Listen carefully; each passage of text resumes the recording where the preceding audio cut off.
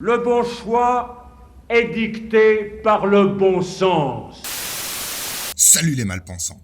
Rassurez-vous, même dans un régime prétendument autoritaire, Jean-Luc Mélenchon bénéficie de toute sa liberté d'expression et continue de beaucoup parler, de dire beaucoup de choses et leur contraire, donc de dire beaucoup de conneries. Et donc c'est la pagaille. Cela ne vous aura pas échappé, il est maintenant candidat à l'élection présidentielle de 2022. Mais alors oui, je suis prêt et je propose ma candidature. Il l'a déclaré ce dimanche 8 novembre 2020 sur l'antenne de TF1. Ne vous y trompez pas.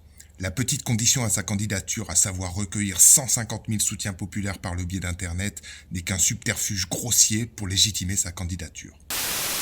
La Macronie est devenue un courant libéral autoritaire. Aujourd'hui, la malpensance revient sur Mélenchon, car il a dénoncé toute la semaine dernière, à grands coups de com' et de réseaux sociaux, un prétendu autoritarisme d'État. C'est assez cocasse pour un homme politique d'extrême gauche, dont la doctrine est plutôt le collectivisme que l'individualisme, mais M. Mélenchon n'est pas à une contradiction près. Il défend ardemment l'individualisme, qu'il honnit tant par ailleurs, et dénonce l'autoritarisme de l'État. C'est autoritaire.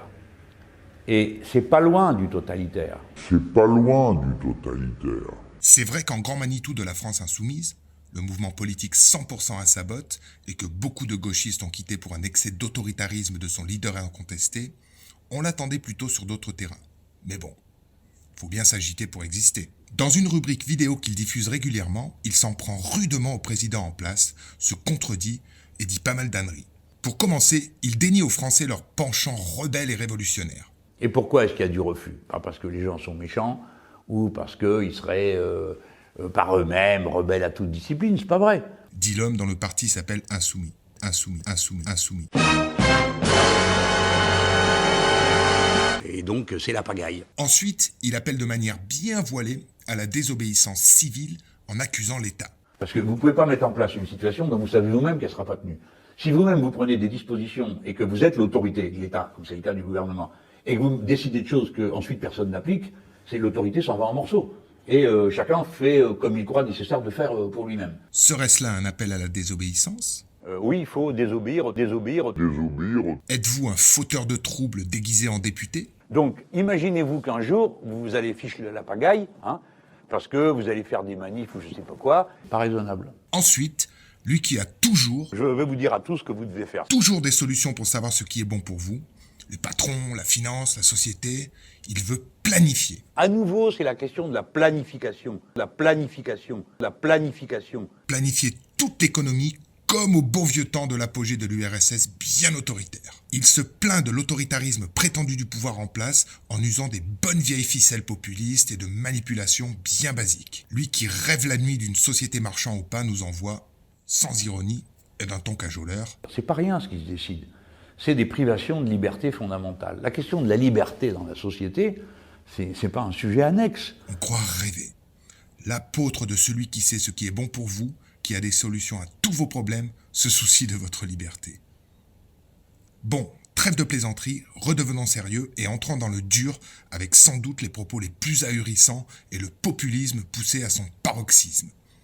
Le 8 novembre 2020, Jean-Luc Mélenchon déclarait: Il faut le dire aux gens, l'épidémie c'est grave, c'est pas une petite maladie qu'on a là. Il admet donc la gravité de la situation, et c'est bien là que le bât blesse pour Jean-Luc.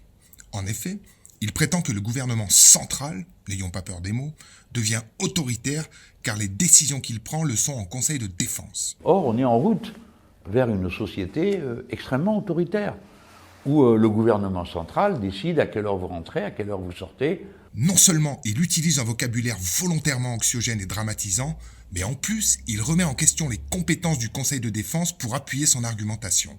C'est un militaire, même de très haut rang, n'a pas plus de compétences à propos d'un virus que moi. Faux! Oui, monsieur Mélenchon.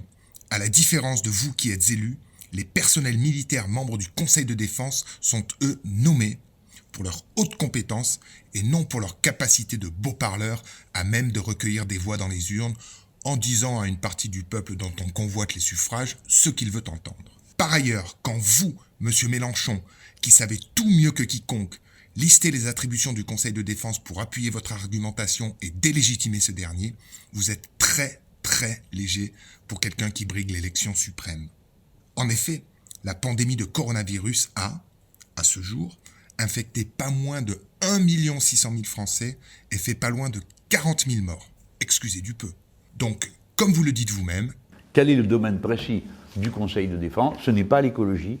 La planification des réponses aux crises majeures, le renseignement, la sécurité économique et énergétique, la programmation de sécurité intérieure concourant à la sécurité nationale, et enfin la lutte contre le terrorisme.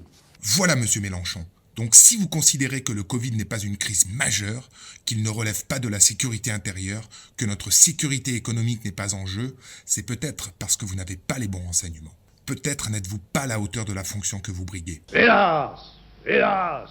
Hélas! La République que vous vantez tant, c'est aussi savoir unir, unifier, rassurer et faire preuve de cohésion quand ça va mal.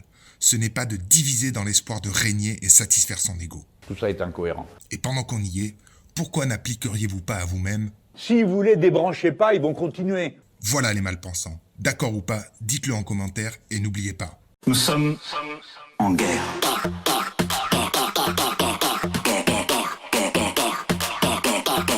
Nous sommes en guerre. Plus c'est gros et mieux ça passe.